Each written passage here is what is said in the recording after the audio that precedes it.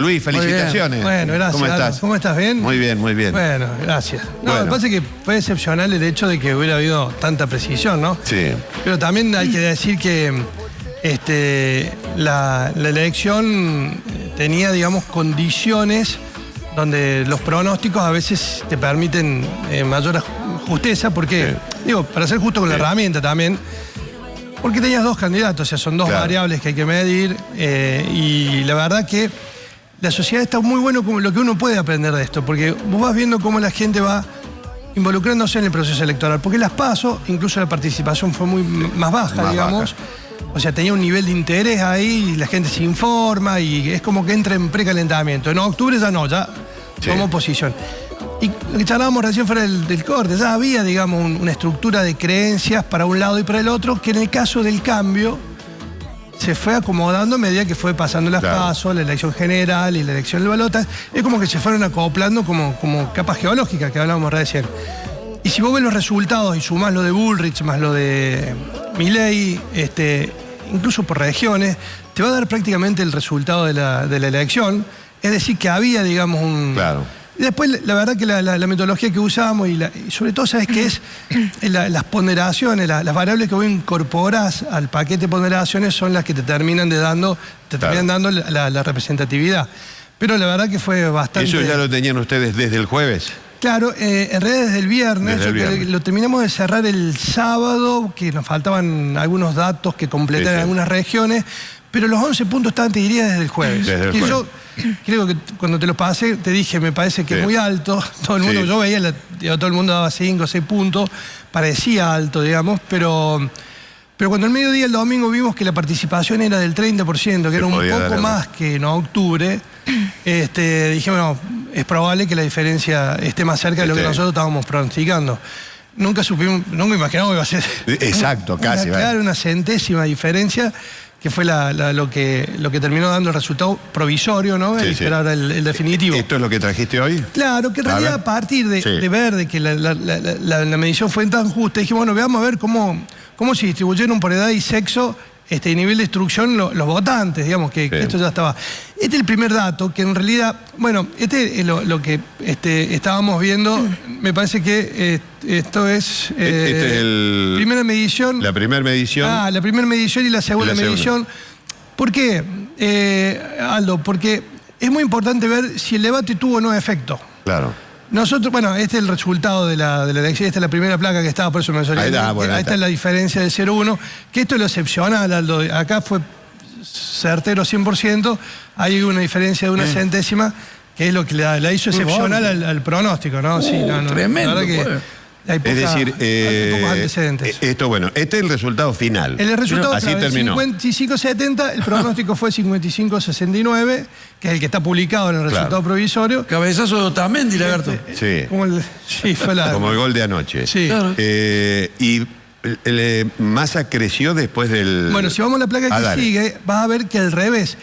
Le agradezco a la gente de Letra P, después del debate nos hicieron una consulta y escribí una nota de opinión, y ahí ya planteábamos que a pesar de la lectura que se hacía en general de que Massa con su posición, su profesionalismo, había estado de alguna manera en ventaja en el debate, nosotros decíamos, no, guarda, porque Milei, todo esperaba que tuviera un derrape Milei, ¿no? Que tuvieron ataque de ira, ¿viste? Que no ocurrió. Eso no ocurrió, que era lo que podía asustar al votante de Bullrich, que era el que se tenía que acoplar, digamos, con el votante de Milei.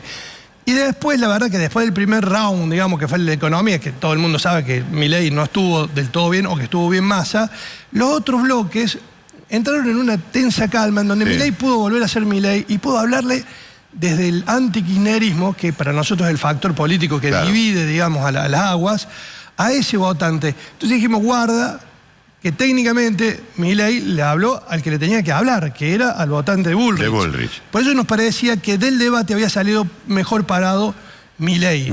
En términos técnicos, después se pueden hacer un montón de otras lecturas. Sí, hay valoraciones hasta psicológicas, que la gente se inclinó por el que vio más débil, al más apabullado. Pero técnica, y Massa fue muy Massa para los votantes anti-K. Claro. Muy coachado, entonces, digamos, nosotros la mirada técnica, y uno lo que hace siempre en campaña es hablarle a los votantes, a tu audiencia, porque si esto es tan indeciso, le hablemos a ellos. Los que no te van a votar, no te van a votar, y los que te van a votar ya te están votando. O sea, anda a la persona que está faltando convencer.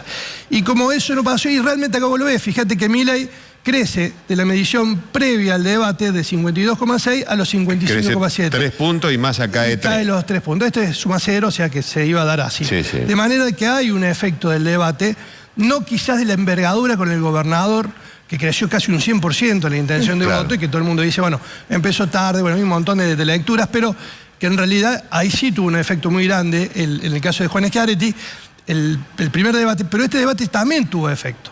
Claro. Y consolidó y terminó de acoplar estas capas geológicas que eran los votos de Milei más los de Bullrich. Vamos a la placa de sí para ahora mirar un poquito a ver cómo se distribuyeron los votos. Sí.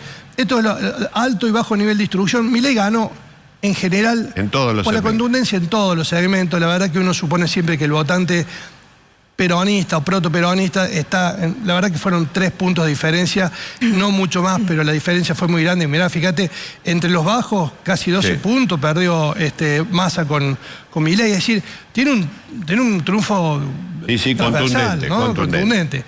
Hay una falsa comparación, dice que es el presidente más votado, objetivamente sí, no en las mismas condiciones que, por ejemplo, Cristina, que competía con otros candidatos, además candidatos, digamos, que sacó el 54%. Pasamos a la placa que sigue, y acá tenés hombres y mujeres, y acá hay otro dato fuerte también, Aldo.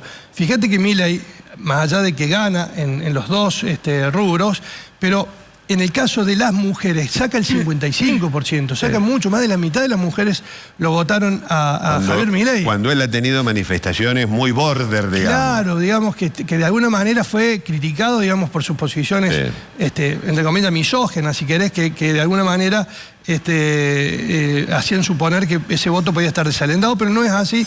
Evidentemente, la sociedad, puede darle mucha importancia a eso, pero hay otros temas que quizás lo preocupan más. Entonces, en esa competencia de temas terminan siendo... Es decir, uno no puede decir que a la gente no le importa la corrupción. Sí le importa, pero al lado de la inflación o de la pobreza... del bolsillo, no tengo para obviamente la gente va haciendo valer, digamos, las preocupaciones. Pasamos a la placa que sigue, y quizás la más gráfica, digamos, que es el voto por edad. Vos fijate que los chicos de 16 a 29 y de 30 a 49... mayoritariamente se volcaron fuertemente. Mirá los chicos de 16 a 29, Aldo, mientras Milei saca el 55%, Sergio Massa solamente el 24%. El 24%.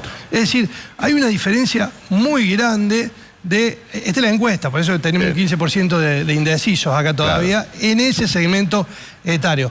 Pero la diferencia, fíjate, de 55 a 24, la diferencia que le hace Massa acá es muy grande. En el nuevo votante... acá en estos dos. Es tremenda. Bueno, acá también. Sí, ahí también. Un poco menos, pero... Pero el único voto es digamos, el coetáneo nuestro, digamos, de alguna manera, que todavía está en actividades, tiene muy presente muchos aspectos de la vida política de la Argentina. Los más grandes también, pero en menos, quizás, envergadura. Pero en general, acá el dato fuerte es el chico, los jóvenes, de 16 a 29 la diferencia... Fíjate, 55, 24, 31 puntos, es una diferencia muy grande, evidentemente que por distrito como Córdoba, por el voto joven, ahí está la gran diferencia, que hay que empezar a mirar, digamos, también el fenómeno político que se abre, más allá de Milei, sino el comportamiento electoral que de alguna manera los chicos están manifestando. Que ahí está el gran desafío de la política, empezar a leer y a entender y a escuchar principalmente. Hay una investigadora que trabajó mucho en la campaña del PT para Lula en Brasil, que tiene un hermoso artículo sobre cómo entender al votante de Bolsonaro y lo traslada al votante de Milei. Y lo primero que dice, hay que escuchar al votante. Después se hacen todas las teorías que hubiera que hacer, pero voy a empezar a escuchar. Bueno, hay que empezar a escuchar a los chicos que tienen una posición política muy marcada, muy fuerte y, hay que entenderlos también. Creo que esta es la última placa, me parece que sí. Era compartir de alguna manera estos datos que ponen también en dimensión y abren algunas incógnitas para la lectura política, que es lo que queda para adelante después de la expresión popular del domingo. Bueno, felicitaciones, Luis. Aldo, bueno, muchas gracias. Qué bárbaro.